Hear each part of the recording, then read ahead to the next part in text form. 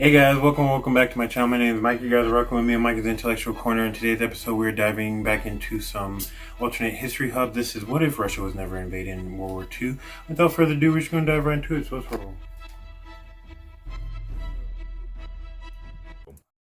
Let's talk about World War II.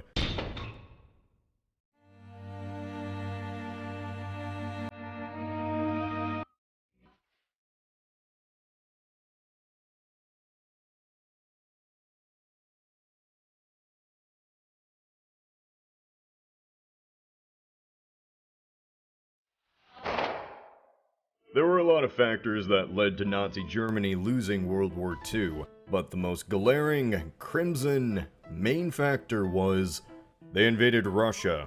And even though the Germans didn't know it when they crossed into the USSR, they had effectively numbered the days of the Reich. So the question arises when thinking back to World War II. What if Germany just didn't invade the Soviet Union? Now this seems preposterous to think about. Fascism and communism are natural enemies.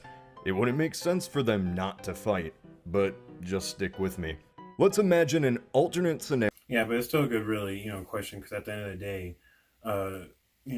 if Germany would have just had to deal with Britain, it would have been most likely that Britain would have just, probably most likely would have sued for peace at the end, because there would have been nothing else that they would have been able to do unless, because we wouldn't have joined unless Japan still joined. I don't know. It probably would have still went the exact same way. Because now that I think about it, we still would have joined because Japan would have still bombed us. Because there's no, what I'm saying, no matter what, and yeah, so no matter what. But let's see. Let's imagine an alternate scenario in a different timeline. Nazi Germany still goes on to conquer most of Europe. However, the one thing Germany doesn't do is invade the Soviet Union. What could be the outcome of this? Does this make any sense? Is anything real? Let's find out. First, some historical context. In our timeline, in 1939, Hitler wanted to invade Poland. He didn't really care about Britain and France shaking their fist at him. All he worried about was how the Soviets would... Yeah, if I'm not mistaken, he never even really wanted to invade or go to war with Britain and France. He knew that he would have, that he eventually had to have, because of their treaty with Poland. But if I'm not mistaken, all of his, everything that he wanted was out east. All of his Leavenworms and stuff like that was out east. He didn't really, especially with Britain, because if I'm not mistaken, he even considered them close, or not close, but distant ancestral cousins, just for the Anglo-Saxons and Saxons and all that stuff. But yeah. All he worried about was how the Soviets would react. Even though the Nazis and Soviets hated one another, both knew they could work together to get some mutual benefit. And so fascists and communists joined hand in hand to march into Poland and slaughter everybody. A brief, tenuous peace was born. It was meant to last for 10 whole years. Stalin was confident that this pact would keep the Soviets and Germans from going to war, believing Hitler wouldn't be stupid enough to fight a two-front war. The logical idea. By 1940, France was dead and Britain was on the brink. Hitler, however, was anxious. He expected that once France was gone, Britain would have lost all hope in the war and would surrender to the Reich. However, Britain just didn't. This is where the cogs in Hitler's head began turning. Perhaps the only reason the British weren't surrendering was because they were hoping for the Russians to defeat Germany. That eventual war with the Soviets would need to be pushed up so Britain could surrender too.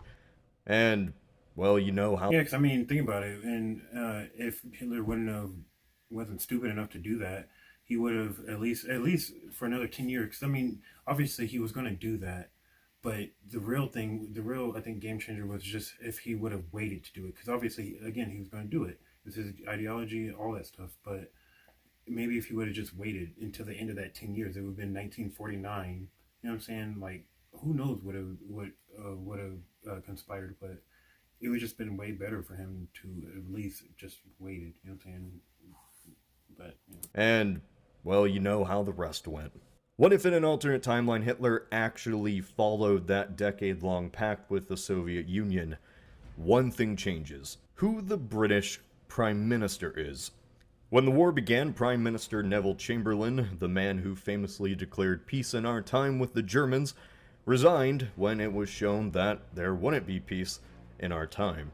In his place was the cigar-smoking, gruff bowling ball of a man we all know as Winston Churchill, who came to power and had one goal: no surrender. As long as Churchill is Prime Minister, Britain doesn't surrender. So, in this alternate timeline, Chamberlain never resigns. With the fall of France, the Parliament, with Chamberlain at the head, is far more likely to surrender to the Germans and recognize that the... But see, right there though, if Britain gets out of the war, automatically wouldn't that automatically make Germany want to turn their you know what I'm saying? Obviously, I know this is you know what I'm saying, what if, and obvious, you know, but in our time, if you know Britain capitulates, then they go on, like there's nothing stopping Hitler from going east, then you know what I'm saying. But surrender to the Germans and recognize that the Reich controls Europe. Now, it's not like Britain was out of the war if Germany did control Europe. All that matters is whether the politicians at the time momentarily believed it. Whether they actually would is extremely unlikely. It's just more likely than if Churchill was in power. The main thing that matters is Britain surrenders, Hitler gets what he wants, and celebrates the victory. Stalin does not. Stalin is often made fun of for not foreseeing the German invasion. He believed that the Germans would never fight a two-front war. He thought it would be suicidal for Germany to do so. And he was right.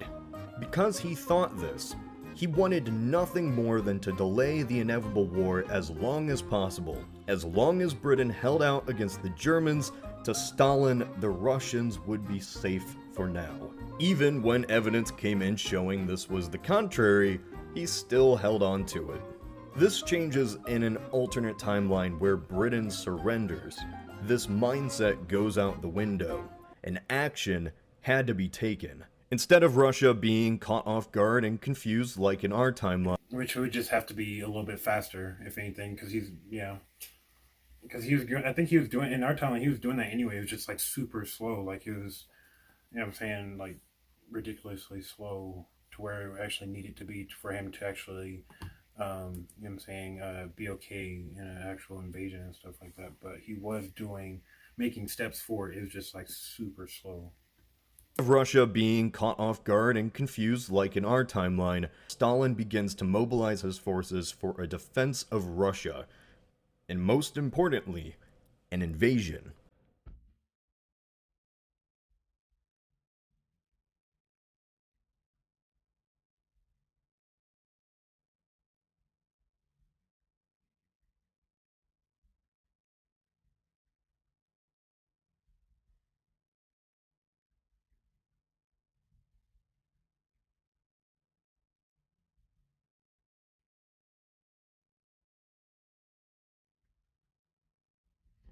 Yes, in this alternate timeline where Germany doesn't invade the Soviet Union, the Soviets would have certainly invaded Germany.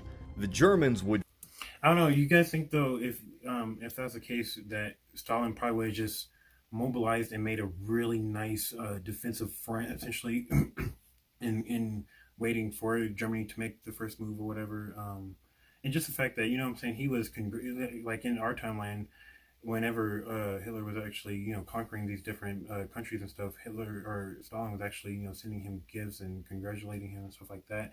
So, you know what I'm saying, in our timeline, or in this, or, you know what I'm saying, in another timeline, would it be, you know, too much to think that he would still be thinking that and trying to, you know, say, have some type of peace, but knowing in the back of his head, obviously, let me make a nice defensive front so that whenever they do decide to, you know what I'm saying, it's even more of a suicide pact thing, and we're not going to lose nowhere near the amount of men that we actually lost in reality. But certainly invaded Germany.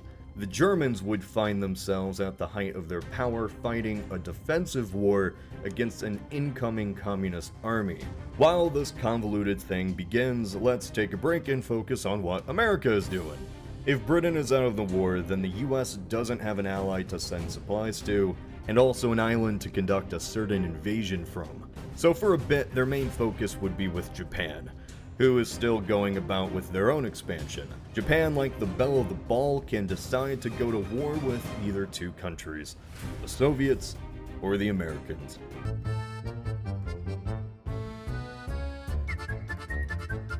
Okay, so now going back into Europe.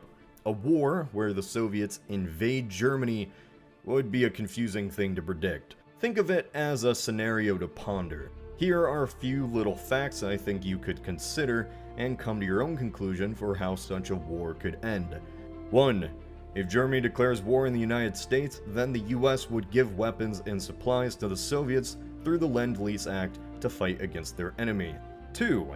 If Germany conquers the British and uses their territory, then they have access to oil from the Middle East. Well, they do still have they do still have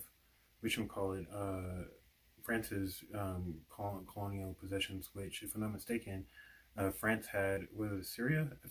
I think, but I'm not sure. I'm pretty sure they have some pretty good war, but and they have some other stuff too. But another thing too that I just thought of, if the Germans didn't go to war with Britain in 1939 and we had a 10-year peace, thing of peace, then then that also means that we most likely wouldn't have gotten the Holocaust, because then the Germans, instead of having to deal with war and trying to deport their Jewish population, they would have just been able to deport their Jewish population and not have to worry about the British and all that stuff. So they probably would have been able to send them to Madagascar or wherever like they were thinking of. But just one of those things. So let's keep on.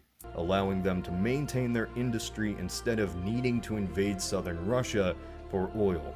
I think the main thing that could be taken away from this is that a war where the Germans are instead invaded by the Russians would be a far more confusing affair for the rest of the world.